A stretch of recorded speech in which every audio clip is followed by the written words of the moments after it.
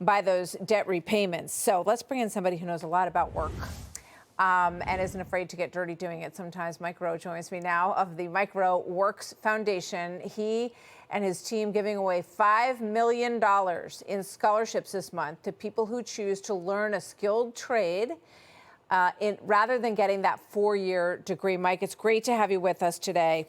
Thanks for joining me. Thanks. No, it's great to be here. So one of the things that stuck out to me is Dario Amodei of Anthropic, the AI company. He said employment could spike to between 10 and 20% in the next 5 years. He thinks that people are sugarcoating how many jobs are actually going to disappear when AI is, more fully enforced. Do you agree with that? Well, I don't have a crystal ball. I don't know. I suspect it's going to be monumentally disruptive.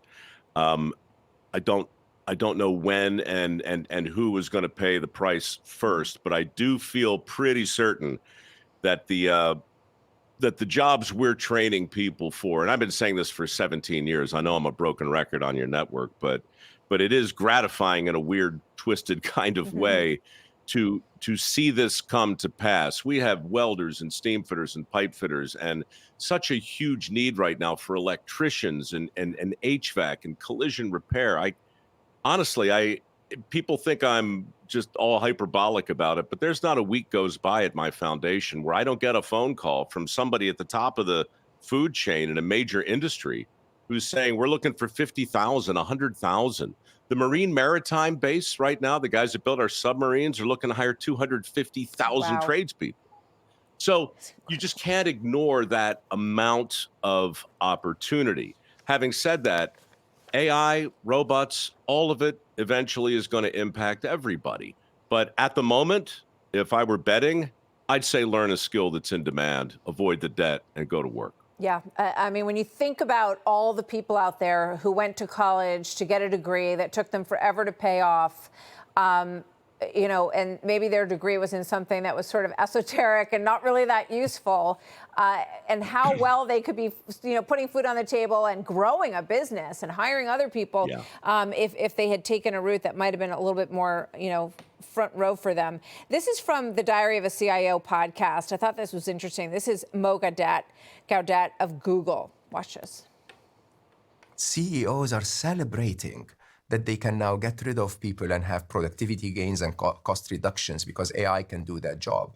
The one thing they don't think of is AI will replace them too. If a CEO can be replaced by an AI, all of our middle class is going to disappear. We are going to hit a short-term dystopia. There's no escaping that. Mike, I always wonder, all this is really cheery, right?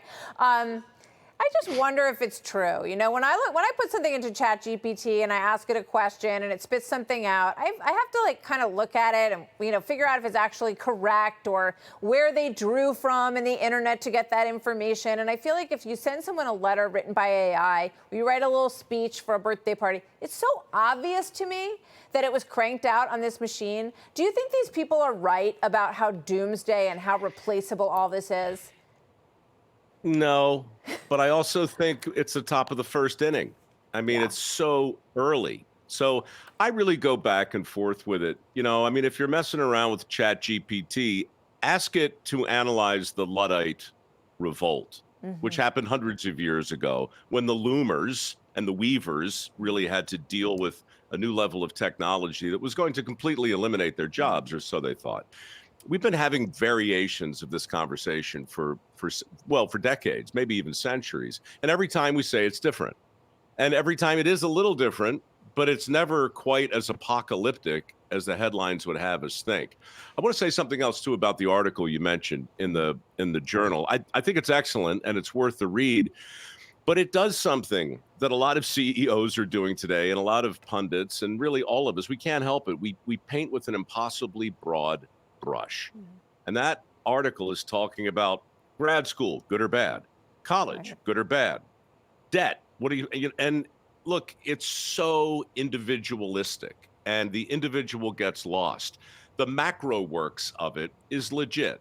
That's the purview of politicians and so forth. I'm micro works, right? We are We handpicked 526 people who applied for a work ethic scholarship this year. And it's true. We're going to give them $5 million next week. We've been doing that for 17 years. It works. But if you want to tell a big story, sometimes, honestly, you got to start with one person. And it's easy to forget about the individual and the stats. Yeah. And that is something that you don't do. And $5 million is a great process to give a lot of these people a gift at building something real for themselves that can be very marketable. And we thank you very much for what you do, Mike. And thanks for stopping by. We don't get tired of this message. I think this is a very important message. So I'm glad you came by to talk to us again today. And I'll see you tomorrow. Thank you, Mike. See you tomorrow. We'll do the same segment. Bye, Mike. Perfect. Hey, it's Will Cain. Click here to subscribe to the Fox News channel on YouTube. It's the best way to get our latest interviews and highlights. And click to subscribe to the Will Cain podcast for full episodes right now.